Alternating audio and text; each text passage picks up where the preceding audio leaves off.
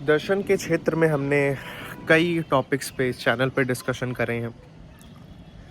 हमने western philosophy के कुछ टॉपिक्स को लिया है, हमने इंडियन फ़िलॉसफ़ी के कई टॉपिक्स को लिया है। इन दिनों मैं एक नए दार्शनिक जो मेरे लिए नए हैं, उनका नाम है रसेल। रसेल के बारे में मैंने पढ़ना शुरू करा और जब मैंने उठाया उनकी किताब तो मुझे ज़्यादा कुछ चीज़ें समझ में नहीं आ रही थी। चूँकि मैं रसेल की फ़िलॉसफ़ी से बहुत ज़्यादा नया था, मुझे रसेल के बारे में कुछ भी नहीं पता था, तो मैंने कुछ लेक्चर्स को देखा, मैंने प्रोफेसर सिन्हा जी की वीडियोस को देखा, लेक्चर्स को देखा, तो एक क्लैरिटी आई। वही क्लैरिटी को मैं शेयर करने के लिए ये वीडियो बना रहा हूँ। पर जो मुझे सबसे ज़्यादा फैसिनेटिंग बात लगी रसेल के बारे में, वो था उनका ओपिनियन डेमोक्रेसी पे। हमें क्लास 9th की एनसीईआरटी से पढ़ाना चालू कर दिया जाता है कि democracy is the best form of government, जो कि कहीं ना कहीं सही है। अच्छा, जो भी कुछ समाज में चल रहा है क्या वो सही ही मान ले? नहीं, we have to recheck it. हमें उसके बारे में पढ़ना चाहिए और हमें कंपैरिजन करने चाहिए। हमें हर पर्सपेक्टिव से होकर के गुजरना चाहिए। देन वी कैन अंडरस्टैंड कि क्या जो सोसाइटी में हम सिस्टम चला रहे हैं, क्या ये सही में उपयोगी भी है या बस चूंकि चलता आ रहा है तो जनरेशन टू जनरेशन पास हो रहा है। तो डेमोक्रेसी पे जो विचार हैं रसेल के, वो बहुत अच्छे हैं और डेमोक्रेसी के आइडिया को सक्सीड करने के लिए उनके विचार बहुत ज़्यादा मूल्य रखते हैं। क्या थे उनके विचार? उन्होंने कहा था डेमोक्रेसी तो है सही, पर डेमोक्रेसी किस स्टेट के लिए सही है, ये बात सोचने समझने वाली है। क्या डेमोक्रेसी हर एक स्टेट पे एप्लीकेबल है? When I am saying state, I am talking about a country.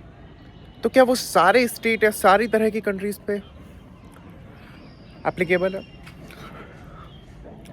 तो इसको समझाने के लिए, इस कंसेप्ट को समझाने के लिए कि ये सही में क्या सब पे एप्लीकेबल है या नहीं, मैं एक कोट करना चाहूँगा ओशो जी का। उन्होंने जब उनसे किसी ने डेमोक्रेसी के बारे में पूछा तो उन्होंने डेमोक्रेसी की एक जो है डेफिनेशन दिया।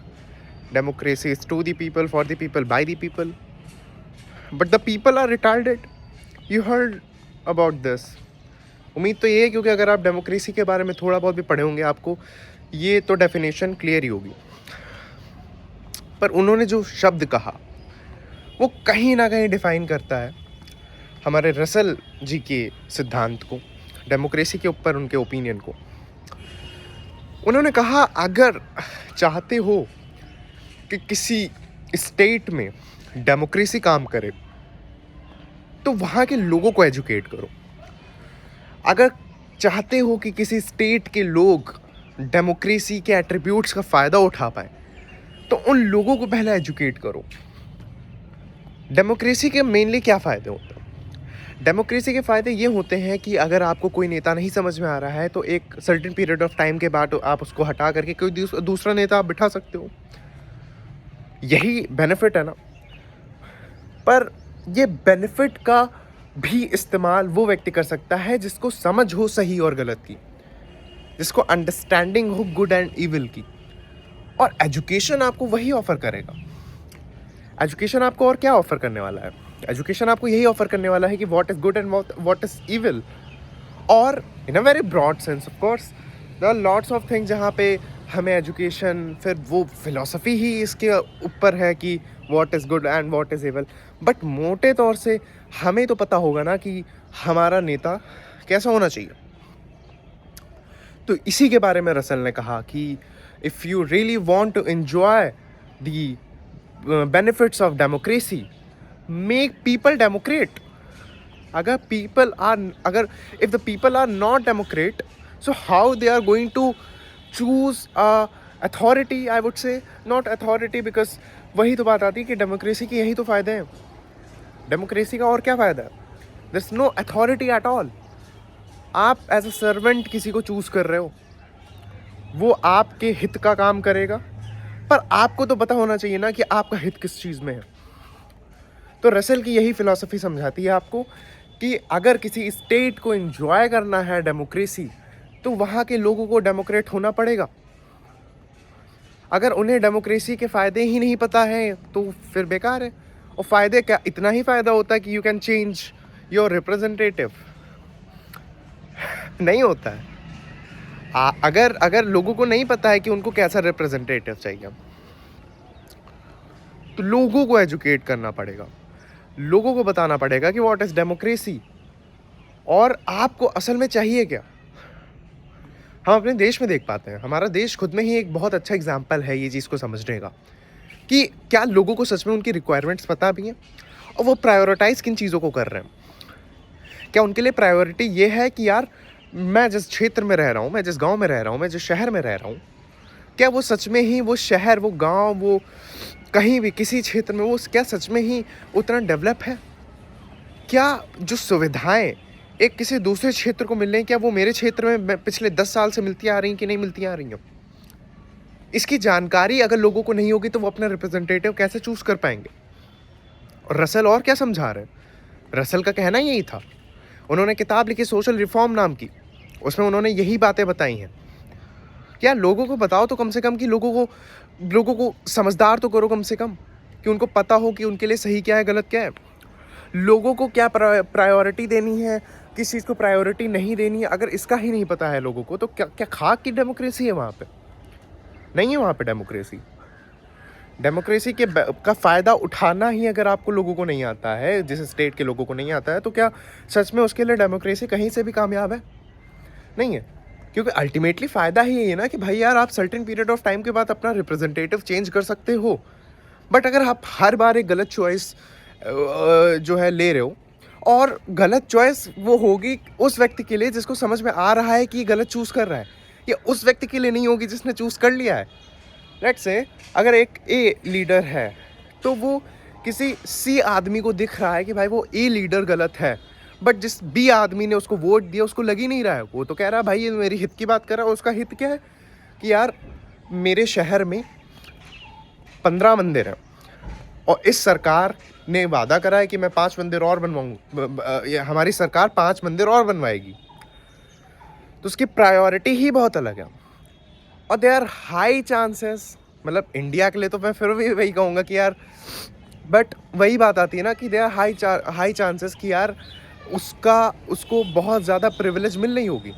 सोचिए उसके लिए जो एक कैपिटलिस्ट है, या जो in the sense not purely capitalist, but जो अपर मिडिल क्लास से बिलोंग कर रहा है, उसके लिए बहुत आसान है that I am a political person, क्योंकि उसे प्रिविलेज मिल के रखी है, क्योंकि उसको नहीं ज़रूरत है उन सब चीज़ों की। इन द सेंस ज़रूरत तो है, बट उसको दिखेगा नहीं, उसकी प्रायोरिटी बहुत दूसरी होगी, तो वो इग्नोरेंट हो जाएगा। उसकी प्रायोरिटी ये होगी कि यार फला मेरी जो बिलीफ सिस्टम है उसके अकॉर्डिंगली क्या ये सरकार कुछ मुझसे वादे कर रही है। Let's say I will be very blunt, Ram मंदिर के कंसेप्ट पे हिंदुओं ने अपने बिलीफ सिस्टम पे ही तो आकर के ये कहा कि यार राम मंदिर बनवाएगी सरकार, तो वोट देते हैं। भगवान का काम कर रही है, हिंदुत्व का काम कर रही है, तो हमें वोट देना चाहिए इनको। प्रायोरिटी अलग है। क्या यही प्रायोरिटी उस व्यक्ति के लिए होगी जो खाने के लिए तरस रहा है, या जिसके गांव में साफ पानी नहीं मिल रहा है? नहीं होगी। और अगर आप बहुत ज़्यादा एडवांस है मैनिपुलेट करने में, तो आप उसकी प्रायोरिटी को भी चेंज कर सकते हैं, उसको होक्स दे सकते हैं, उसको आप जो ऐसी बातें बता देंगे कि उसको लगेगा कि यार मेरी ज़रूरतें तो सच की ज़रूरतें हैं ही नहीं, मेरी ज़रूरतें हैं कि यार मेरा धर्म बच रहा है कि नहीं बच रहा है, भले मैं बचूँ ना बचूँ। The art of manipulation. तो डेमोक्रेसी के फ़ायदे वही तो उठा पाएंगे ना जिनको पता है कि भाई यार उनको क्या प्रायोरिटी रखनी है और उनको क्या नहीं रखना है, उनके लिए गुड क्या है, उनके लिए ईविल क्या है। और इसमें वही बात आती है कि जिसके पास प्रिविलेज है, that person is not going to say कि भाई यार डेवलपमेंट क्या हो रहा है। यार वो आदमी अपने 3 मंजिल के मकान पे रुक रहा है, उसके हर कमरे में एसी लगी है, तो वो उस आदमी का दुख क्या समझ पाएगा जो आदमी खेतों में भरी गर्मी में काम कर रहा है? क्या उस मजदूर का काम वो समझ पाएगा जो किसी का घर बना रहा है? नहीं समझ पाएगा वो। क्यों? क्योंकि उसके पास प्रिविलेज है, वो ऑलरेडी बहुत ज़्यादा प्रिविलेज्ड है। वो नहीं समझने वाला भाई। और वो समझे भी क्यों? मतलब ऑफ कोर्स समझना चाहिए बट वो कैसे समझे? उसके पास कोई रास्ता ही नहीं है। क्यों? क्योंकि उसको प्रिविलेज मिल रखी हैं, उसके पास इनफ रिसोर्सेज हैं।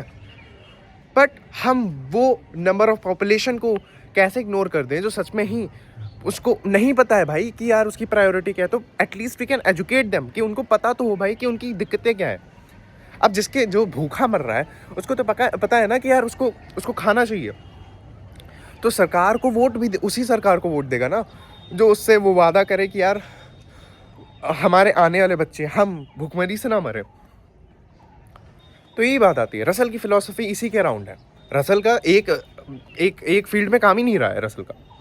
उन्होंने लिंग्विस्टिक फ़िलॉसफी पे बात करी है, पॉलिटिकल फ़िलॉसफी पे बात करी है, एनालिटिकल फ़िलॉसफी पे बात करी है, मल्टीपल फील्ड्स में उन्होंने काम करा है, मैथमेटिक्स में काम करा है। तो हम उनका एक पॉलिटिकल व्यू देख रहे हैं कि सोशल रिफॉर्म नाम की किताब में उन्होंने डेमोक्रेसी के बारे में क्या कहा है। उनके अकॉर्डिंगली डेमोक्रेसी किसी स्टेट में कैसे कामयाब हो सकती है। तो यही था आज का वीडियो जिसमें हमने छोटे से कुछ एग्जाम्पल से और मेन आइडिया क्या था हमारे रसल साहब का वो हमने समझा है। और हम इस चैनल पर रसल के बारे में और भी बात करेंगे। तो अगर आप philosophy, political philosophy, educational philosophy या लिंग्विस्टिक फ़िलॉसफ़ी पे वीडियोस और चाहते हैं तो हम बनाएंगे। अभी मेरे बोर्ड एग्जामिनेशन चल रहे हैं so I am not able to do that but surely in future I will do it. So yeah this is the end of this video. Thank you so much for watching. And हाँ, मेरे 4-5 subscribers घट चुके हैं तो please अगर कोई नया बंदा या बंदी देख रही है ये चैनल को so please subscribe this. And मैं ट्राई करूँगा। ट्राई क्या, अब तो मेरे पास कोई ऑप्शन भी नहीं है कि after completing my 12th exam like my 12th कि मैं और क्या ही करूँगा, फिर यही करना है मुझे। सो या thank you so much for watching.